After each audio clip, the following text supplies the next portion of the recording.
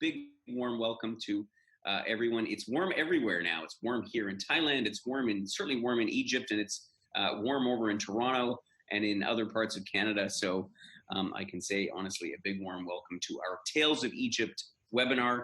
I'm very excited this morning to be bringing you our special guest, who I'll introduce in just a moment. But let us get started with a short introduction for those who are new to Wheel and Anchor, but perhaps not joined us before on our webinar. What we are all about is bringing travelers together. And you see a few lovely pictures of some of our groups on different trips in different parts of the world. And the vision behind us is taking people like yourselves on this call who are interested in travel, and not just the usual run-of-the-mill travel, but by going to places and meeting local people and having the kind of experiences and sharing those with other people who appreciate travel that is a little bit out of the ordinary. So that's what we're all about at Wheel and Anchor. And my personal goal for you is to become well-traveled and well-connected. And excuse me while my dog runs behind me. Well-traveled means that you not just checking off boxes on a list, but rather that you are able to immerse yourself into the culture and the traditions and the food and the wine of all these different cultures, and in doing so become connected to other people from back home in Canada, but also people that you meet along the way. And when you're well-traveled and well-connected, you're just simply, I think you're a better and more worldly person, and it gives us a greater understanding of the world around us, which is so important, particularly in the context of current affairs. So let me introduce now our team today. So myself, my name is Gordon. I'm the founder of Wheel and Anchor. I'm joined by Joel, who's in the background behind the Wheel and Anchor logo, who's doing our technical support, and Paula as well, our senior trip specialist, who's also in the background, and our special guest, Mohamed Younes, joining us from Cairo, Egypt today. He is an Egyptologist with a wealth of knowledge about Egypt and Egyptian history. And he was our guide this past January when we toured through Egypt. Younes, thank you for joining us this morning in Toronto. Of course, it's afternoon there in Cairo. We're really excited to have you. Thank you very much. Good afternoon, everybody. Good morning, everybody. And I'm so pleased, when Gordon approached me to tell me about this webinar, and also the chance to talk to some of our previous guests in the last tour in January. I was so pleased, and I really wanted to chat and talk and catch up with the mess of our part. And also, I would like to talk about Egypt. You know how much I love to talk about this wonderful country. And as I said, was very pleased and feel very privileged to be in this webinar. Yeah, wonderful, great. Well, it's great to have you. So for those who are on, and I see there's a number of people. Thank you for joining us. For those who were on our trip in January, for the benefit of the others who were not with us in Egypt and are obviously curious about Egypt, what we did on our trip. Was we started off by flying into Cairo, where most of us flew via Europe, and then we got on a beautiful river cruise ship. So we flew down then to Luxor, which is more in the central part of Egypt, right on the Nile River, of course. And it was there that we embarked on our ship. And we spent 7 magnificent days on a beautiful ship cruising the Nile River from Luxor down to Aswan, where of course the Aswan High Dam is. That's as far as you can navigate on a boat, and then back up to Luxor. And along the way, Younes and Anwar, who was our other guide, showed us some incredible sights, some of which you've probably seen in documentaries and other films or magazines about the Valley of the Kings and the Philae Temple and all these wonderful things. But hearing the stories told by Younes, he's going to share a little bit with us in a moment, was really what made the trip very, very special. We ended our trip with a few nights in Egypt. This is a funny picture here, Will, with from the boat where these vendors were selling T-shirts from a little tiny boat that was docked next to our boat as we were going through the locks outside of Aswan, and they'd throw up the shirts, and you'd catch it and see if it fit or see if you liked the design, and if you didn't like it, you threw it back, and if you did like it, you throw the money at them. One of the interesting little sidebars, if you will, that was an amazing experience that we had in Egypt. We also had less than amazing experiences with the hawkers and so on. But anyway, and as I say, our trip culminated in Cairo with a few nights. All in all, it was really an amazing experience. I think everybody had a marvelous time. We had a chance to have dinner with some Egyptian families. Here you can see a shot of a few of our members together with one of the families that hosted us for a wonderful dinner in their home, and some really terrific moments. And Younes, thank you for being really the facilitator of a lot of that. Egypt has begged a lot of questions by people, because I know that for those that have been, they all chalk it up as one of the best trips of their lives. And for those that haven't, there's a lot of intrigue and mystery, particularly because Egypt was kind of off limits for many years. It all sort of started with the Egyptian Revolution. And I'd really love it if you'd share a little bit with us about what life in Egypt was like leading up to the Egyptian Revolution, and then what happened, and where are we at today? Well, Egypt, that before 2010, we had a president. His name is Mubarak, and Mubarak was actually in power for more than 30 years, believe it or not. And he was kind of popular, but there was a lot of corruption in the government, and basically he wanted to give and pass his the power to his son, who was not a very popular figure in Egypt.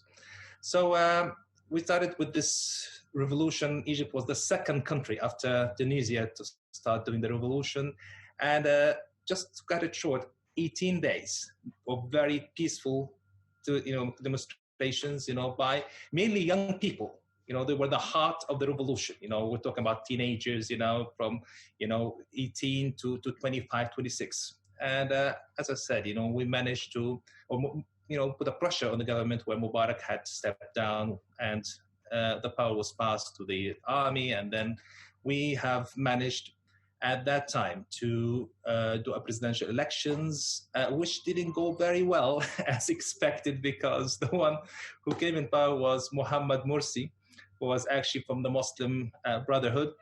Anyway, it was peace, election. This was the first time for Egyptians to go and vote for someone. Before 2010, we were just politically numb.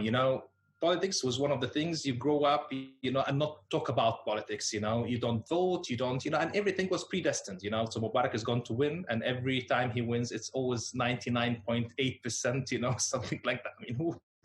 But as I said,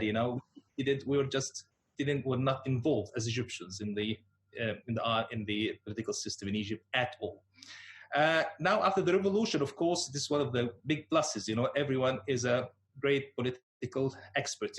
And now we're talking, because we know now that we are making a difference and putting into the country. So, as I said, we had President Mohamed Morsi, who was there for almost a year, but he was a disgrace, and he didn't do very well to the Egyptians. And believe it or not, there were more people going to the squares. I'm sure everybody have seen footage of those fantastic time of the revolution. I found it really very emotional. Where you found millions standing in squares, demanding for changes for the better. So millions again went, and in 4 or 5 days, Mohamed Morsi, the president who was elected, was overthrown, and we have chosen another one, who is President Sisi, who is the current president of Egypt.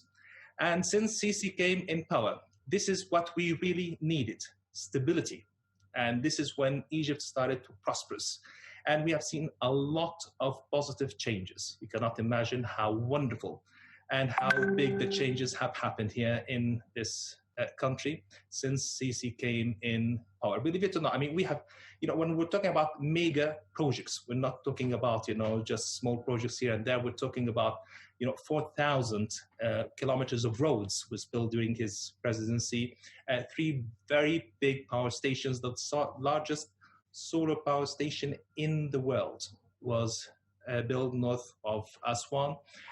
We have built the second Suez Canal, an extension to the Suez Canals. And as I said, there's a lot of positive, things, which happened in Egypt during his presidency. We're building actually a whole new capital in the desert, almost 20 kilometers. Because, I mean, Cairo, try to imagine, it's, for those who have been here, there's more than 20 million living in one city, very narrow strip of land along the Nile. So we're trying to move the heart of the city to the desert, maybe 20 kilometers away, which is not very far away from the city center of Cairo, a whole new capital built from scratch. I mean, Egypt is booming right now, especially with tourism. Tourism have done really, really well in Egypt in 2019. But unfortunately, because of COVID-19. I was going to say that begs the question, because we decided to take this I decided to organize this trip to Egypt for this past January, because for so many years it was considered to be a security risk, and in fact most countries, including Canada, still have it indicated as a avoid non-essential travel listing, which I think is in my personal and humble opinion, is a little bit draconian, particularly given that what we witnessed. But as I was about to say, so here's Egypt rebounding, and all of a sudden, boom, COVID-19 comes along. So I'm sure everybody, those who were in Egypt just this past January, we just narrowly missed this, and everybody else is wondering what's happening with COVID in Egypt. Tell us a bit what the status is on the ground.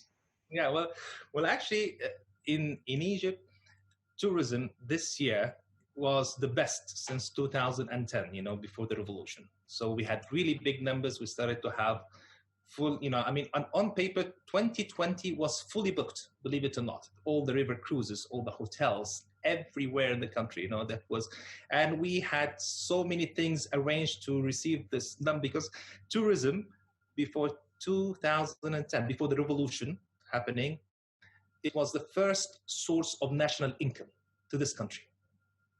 And we were believing that in 2020 it would have been, the second, coming, back to the first source of national income.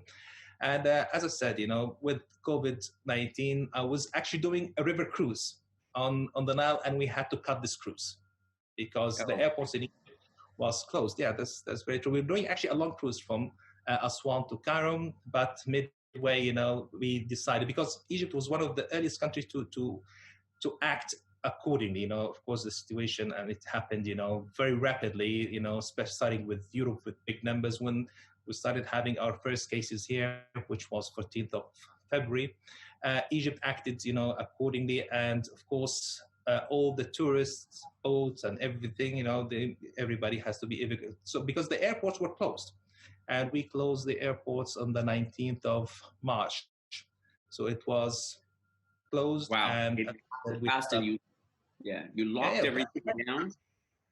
Yeah. I mean, schools, in a couple of days, we went, to online learning, and as I said, we went through a partial lockdown. So there were a curfew, which was really strange, because to tell Egyptians to go to their homes at 5 o'clock and not to go in the evening, that was like a disaster. Because I'm sure you've been here to Egypt, and we start going out at 7 or 8 o'clock in the evening, and try to imagine having a curfew, happening, after 6 or 7. But the fact that Egypt, basically took those drastic measures, as many other countries did, as we well know, in Italy and really all across Europe. I think that the result of that, if I'm not correct, is that Egypt ended up with, certainly a lot of cases. I think something like 65,000. Still a lot less than Canada even. But the point being that out of a population of 100 million, in relative terms, you guys managed the crisis well, from what I can see. Well, the government have done lots of very strict, regulations. One of the early, we started from the 1st of June, it's compulsory to put a mask, going to a public or a restaurant or in public transport. And as I said, the government was on top of it. And I think, they've done well, very well actually, to contain. And that's actually that's why we started to reopen right now. We have, from the 1st of July, the airports are open. And people can fly in and out, from Egypt. I heard just today, I read that Air France are resuming their flights to Egypt. So we, as a country, we are welcoming people again. And Egypt Air, the local carrier, here in Egypt, they started, lots of flights, different parts. Of course, there is the whole health and safety regulations, applied in here, the airports and, the everything, related to it, even the placing of places in the airports, for the social distancing, So as I said, we are ready, ready. That's the bottom line. And I've certainly gotten lots of emails as well from, not only your colleagues, but the Egyptian Tourist Board, outlining the measures that have been taken to prepare the country. So let's leave the COVID-19. We've all heard enough about it, and it's, it continues to be a problem in many parts of the world. But, I'm certainly pleased to hear that in Egypt, it's the situation is being brought under control, much like it is in Canada. But going back to, sorry, go ahead. No, I just wanted to tell everybody that we started receiving tourists already, and we actually allow tourists, to come. We can say in Canada. Yeah, which is fantastic. Now there's special resorts open, for people to come and enjoy, the summer, with us in Egypt by the Red Sea. So those are the areas where there are at least very few cases of corona, over there. So as I said, we have very, strict measures, in those coastal cities. And as I said, we receive, flights from Ukraine, from Germany, from Belarus, and from different parts of. So we started, tourism started again, to Egypt, and hopefully in the near future it's going to open up, in different places. Also, some of the sites in Egypt, they started to open up.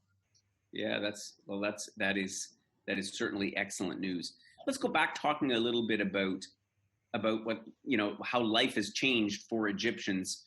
You had this very fast change to democracy during the revolution, and as you say, there's tons being spent on infrastructure projects, all somehow related to tourism, or sort of bolstering that industry. How about the average Egyptian? What's been happening in recent years to sort of bring up the standard of living? And we got a little bit of a sense of it from seeing the families that we did, but you're there. How does it feel? What's the mood of the people? I think, as I was just saying, with CC came stability, and with stability definitely comes prosperity. And this is exactly what is happening, since 2015, when President Sisi was in power. Actually, the economy have grown with an average of 7% every year, which is, very big. And as I said, it's huge. And we started, and this is what people were longing for: stability and then economy, because with building of new roads and a new capital and a free zone area by the Red Sea, near the Suez Canal, and all those mega projects, of course, there was a lot of money being recycled with tourism as well. Tourism, employs 2.5 million Egyptians directly working in the tourism industry. Remarkable. So as I said, very few people could go through a revolution. And I feel very grateful to see a revolution, to go there, stand in the squares, standing your ground, for the first time. You have to understand that Egyptians are very patriotic. They love the country, and they will die for it. they are so proud of being Egyptians and so proud of being the descendants of a great civilization which flourished in this Nile Valley for, thousands of years. So it was a wonderful feeling to go and see a revolution happening and see that, when we unite as people, we can do changes. And changes started to happen. And as I said, in my lifetime, in less than 10 years, I can see amazing changes which happened in the society and in the economy and Egypt.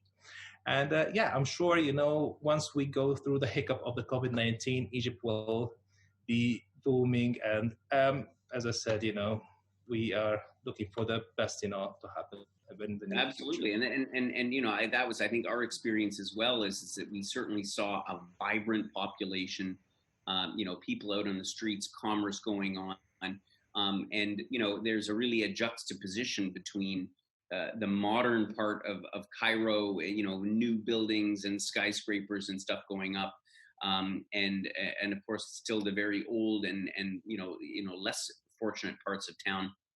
But that was the interesting thing, is that everybody seemed happy. That's very true. Actually, Egyptians are very content people, and they are everybody living side by side, in peace. And Cairo is a big example of a diverse city, with very poor. I mean, I remember in our last tour, we went to the cave church. And to go to this cave church, we have to go through basically the poorest part of the city. Yeah. In place where they do the garbage collection. And as I said, we have driven through the narrowest of roads, but in the narrowest and poorest part of everyone was waving and cheering. And as I said, this is what Cairo is or Egypt is all about. Egyptians living side by side. It was a really remarkable part of the trip. I'm glad you brought that up, because this garbage, they call it, for our members, they call it the garbage city. Actually, while I think of it, Joel just reminded me, if anybody has any questions along the way, please, you're welcome to ask questions of Younes about Egypt. You can just put them in the chat box and we'll respond to them. But we were talking about the garbage city, and as you say, is this is where their people's livelihood is going around the city, collecting bits of garbage and organizing it and storing it. And they say that it's actually like the world's most efficient recycling program is Cairo in this garbage city. We went out and walked around, amongst, sort of a part of these people. And there was no worry that somebody was going to come along and, try to rob you or, and that begs the question for me is that what is it about Egyptian values that has it be that way, that, people can be poor or they might be rich, but yet there is, a sense of sort of pride and honesty and all the rest of it, that you don't have this, I suppose, jealousy, if you will. Mm. Well, I would say the most important qualities for Egyptians, as I mentioned earlier, first, pride of being Egyptians. Also, second, I would say, will be family. Egyptians are very family orientated, and family is the most important thing in our life. And I'm sure it's a Middle Eastern thing, but for those who have been already, to Egypt with us in a previous tour or any other tour, you get to see all families hanging out together, going out together. Family is the most important value, to Egyptians. And I would say hospitality. Egypt are very hospitable people. They love tourists. And I'm sure, many chats have started, with, anyone coming to Egypt, or for those who were with us, last January, of, even the guards around the temples, they would like to chat them up, the small one, hi, even old people, everyone is taking his time to stop and wave you while you are driving through in the bus. So it's a genuine, and this is, I would say, the most, and this is what makes people always wanted to come back to Egypt, is the hospitality and the feeling of feeling welcomed. This is a feeling you don't get in many countries around the world.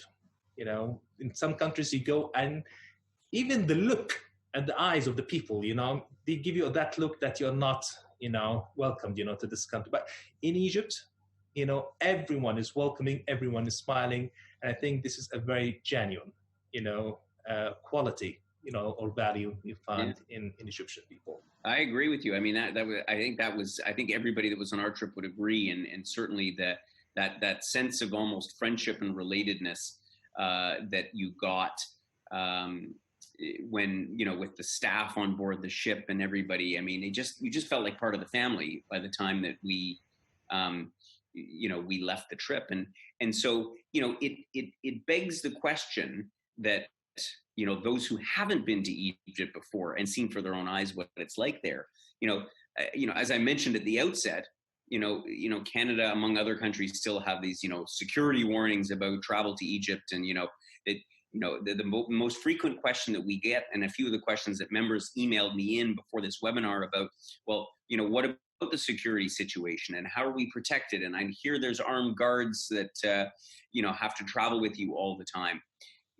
Can you describe sort of why that perception is there and what the reality is on the ground from security? Because I think for people thinking about Egypt, security is the thing that comes to mind. Well, in 1997, we had a bad incident happening in right, I recall. Yeah.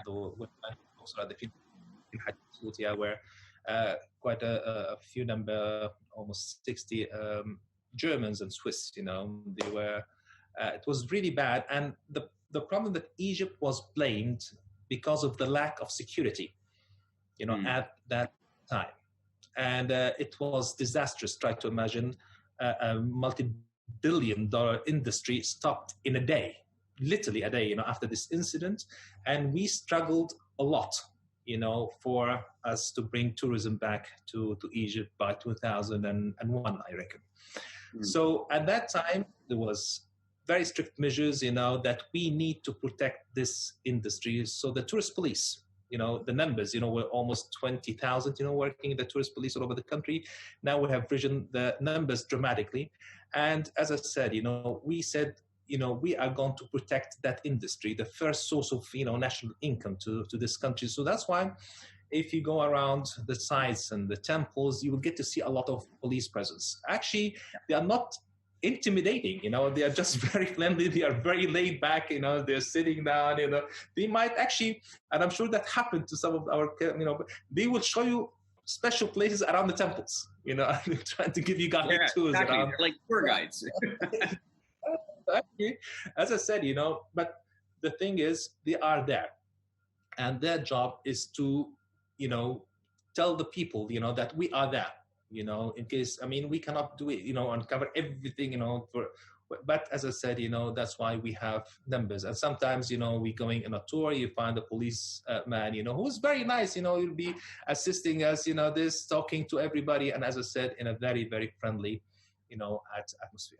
So that's why, this is but we're not protecting, because if there is any danger, like real threat or something like this, I wouldn't have taken you or the company, local company, to the garbage city. We've been all over, and it's one of the safest cities in the world, I would say.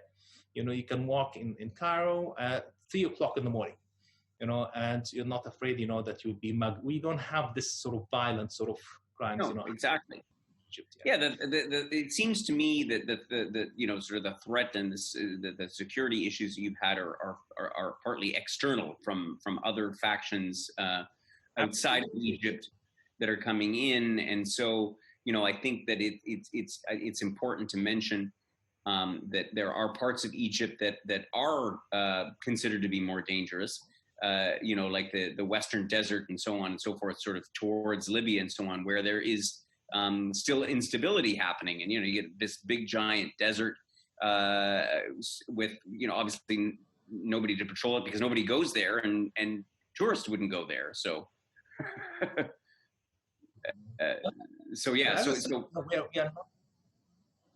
Yeah, well, the threat, as I said, is not from Egyptians. As I was saying, Egyptians, they love tourism, and they know that, when Egypt is, tourism is booming in Egypt, Egypt is prosperous, because we're talking here about almost, try to imagine, 13 billion US dollars coming to this country on a yearly basis, and 2.5 million working directly in the tourism industry.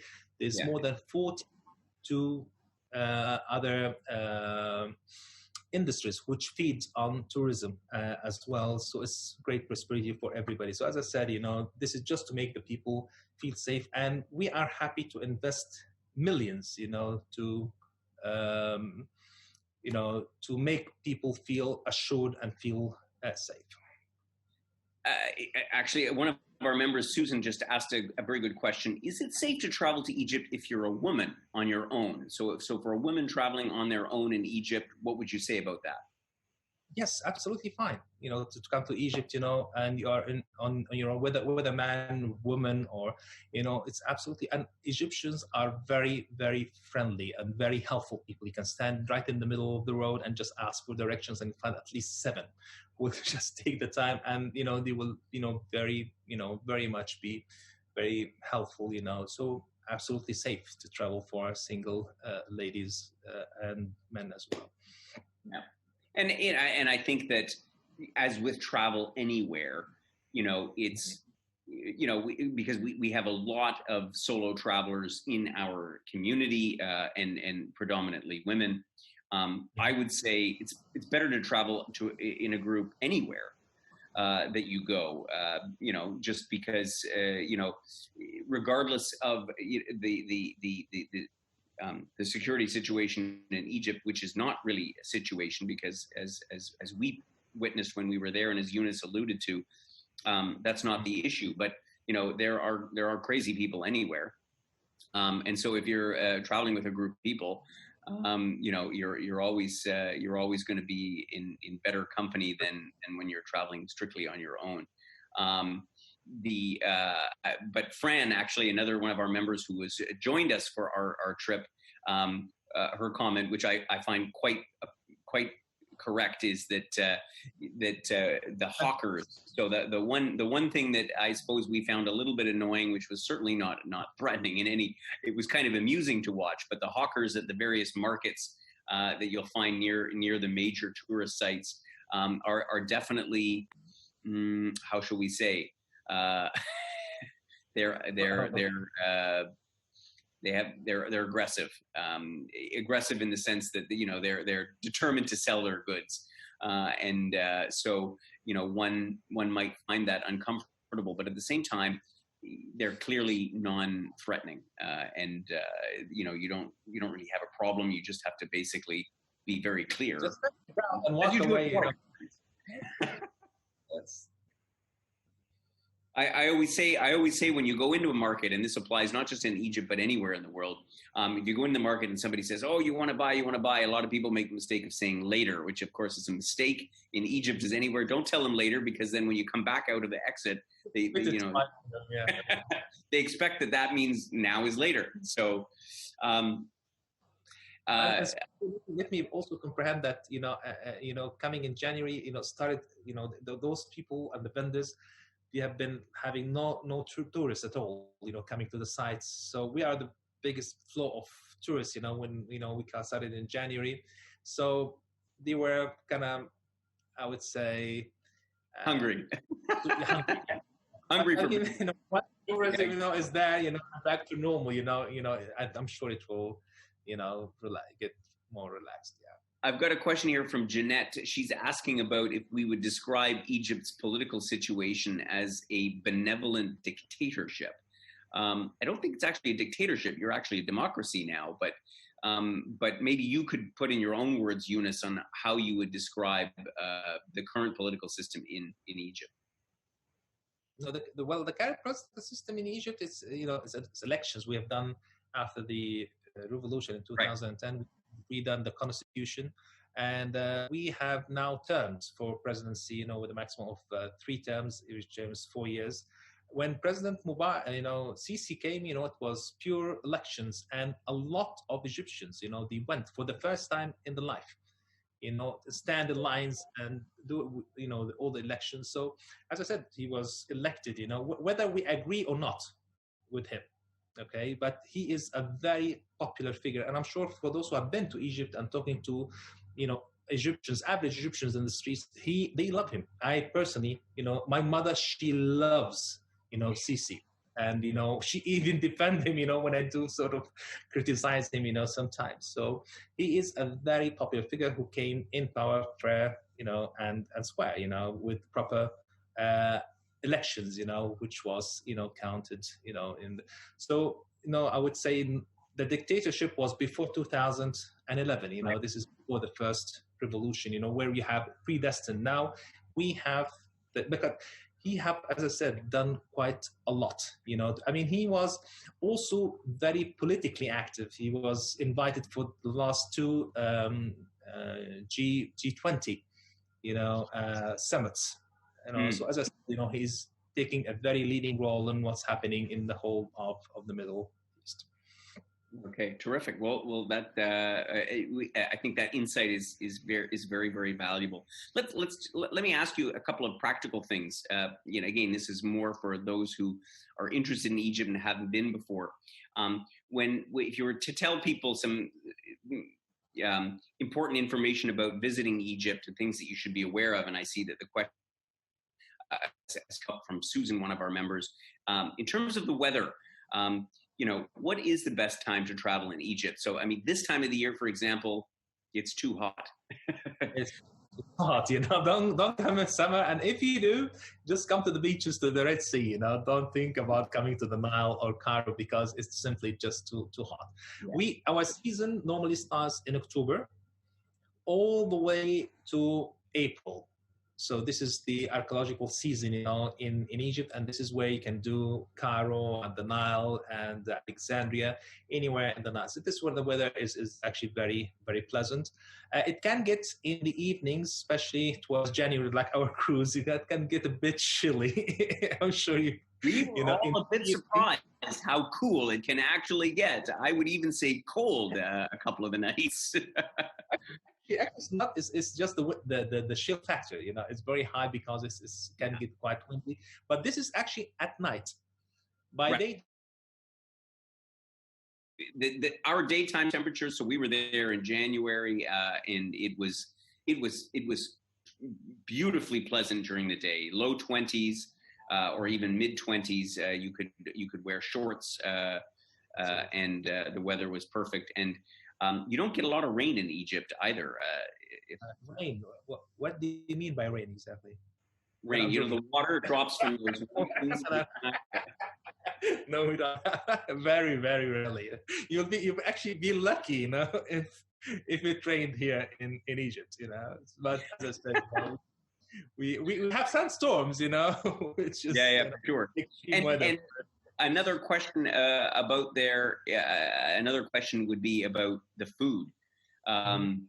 What is? I know that on the Nile ship that we were on, the food was impeccable. I would honestly say I think it exceeded all of our expectations. But tell us about what just briefly what we can expect in terms of the type of cuisine that we have in Egypt, and what tourists can expect. Normally we have, if you're staying in a big hotel in Cairo, you have all different kinds of restaurants. You have Italian, you have Japanese, you have Egyptian, you have Middle Eastern. As I said, there's different varieties of cuisine to choose from. Even burgers, you can find, burger joints, in big hotels in Cairo. On the boat, because it's 7 nights on, a boat, so we normally have buffets, and buffets normally offers a great variety of cuisine, to be offered. We always try Egyptian cuisine. So we start, adding, a bit of Egyptian dish, at the beginning, and then normally people will ask for more. Then we have this Egyptian Galabeya night where we have a full Egyptian buffet. And as I said, Egyptian food are very tasty. However, beside Egyptian food, if someone is not interested, to try different cuisine, we always have Europe. And we also have buffets, and we take any requests. So basically, any client who would like to have any kind of special food or a special I diet. do. Yeah, I recall that our, those that were on our trip that were, vegetarian or vegan and or had other food sensitivities were extremely well looked after, and so. Uh, Fran is asking what if you could describe a few examples of what Egyptian food actually is. So if one was going to go out in Cairo and eat at a true Egyptian restaurant, what are a couple of the dishes maybe you could describe briefly for us? Well, Egyptian food is quite related to the Turkish food because the Turks were here in Egypt, for almost 400 years. So our cuisine is much so. Dessert side, we're very much into baklava and all the pastry with the honey, which is so good, delicious to die for. And, well, for example, a couple of Egyptian dishes, we have the dolmas, which is stuffed vegetables with rice. This is very typical, with grape leaf, and we stuff it also with the rice. Also, we have what we call kushari, which is a great mix of chickpeas, of lentil, black lentil, of rice, of macaroni, and you do the tomato sauce on it, And as I said, there's very I can, I'm sure, most of our clients who have been traveling with us, that was their favorite part of the, of the food. Indeed. And Maureen, who was on our trip in January, just commented that, she said, as vegans, our food needs were met and exceeded. It was amazing food. And I think we would all agree about that. Just one other point I want to raise before I move on. It's also very inexpensive to travel in Egypt. I mean, in the sense of what you can sort of buy along the way, or if you're having a snack or a meal or a beverage that's I think that would be, you would confirm that's your experience as well from tourists coming in, that prices are quite cheap. So souvenir shopping, this is the place to go. Absolutely. Well, Egypt is a paradise for shoppers. It's a $1 sort of country. So I'm sure you heard $1, $1. And as I said, there's so many souvenirs, and you can get a really good value for the buck, that you're paying for, over here, because to the American dollars is one Egyptian pound, you get almost 16 Egyptian pounds, so, it's quite very, very good, exchange rate, and it's a cheap country. So it's a very good value for money. It is great value for the money. One of the things that is coming up on the tourism front in Egypt that's very important, and it was already asked by a couple of our members, the Grand Egyptian Museum, which has been under construction for all of 10 years, and it was originally conceived almost 20 years ago, I think. Sure. And it's going to finally open sometime later this year. Tell us about this mammoth and incredible project. And we saw it. It was we drove past it, I think, on the way to the pyramids. We got a glimpse of what it's all about. Tell us about the Grand Egypt.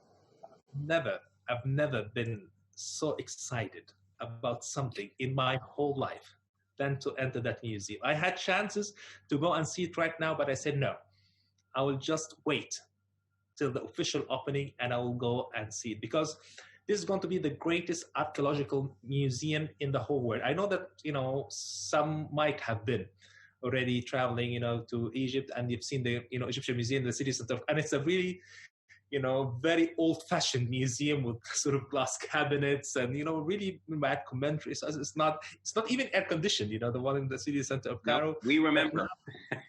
Yeah. But actually, this one, it's a very high tech.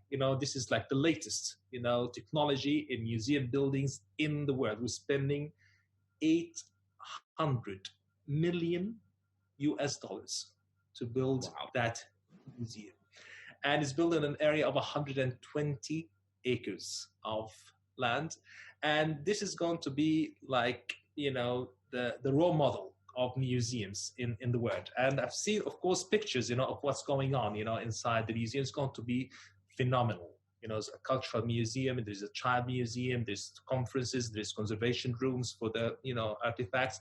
The whole collection, we have already moved the whole collection of Tutankhamun, all the golden mask and the 5,000 pieces which were the treasure. This is going to be the highlight of the treasures on display in the new museum, but another 52,000 pieces. You have to understand that in Egypt, we have, lots of artifacts and lots of statues and lots of things that we don't even have a proper place to exhibit them. So they are in cellars, in the Egyptian museum. But that's why with this museum, we're building also another mega museum called the Civilization Museum. And in that Civilization Museum is going to be open also next year. We are planning to build also, of course, not as great as that museum, because this museum, the beauty of it, is built 2 miles away from the pyramids. So while we are detouring around that museum, you have the pyramids of Giza, at the background. And we saw that in one of the earlier pictures there, is that the backdrop is really perfect. It's a perfect place to put it. The museum amongst the museums. Yeah, and that's actually the statue of Ramesses II. That statue is also almost 17 meters, one piece of granite, right in the center, of, can you see how hard it was? And as I said, it's going to have an incredible boost on tourism. We're planning to open it in 2020.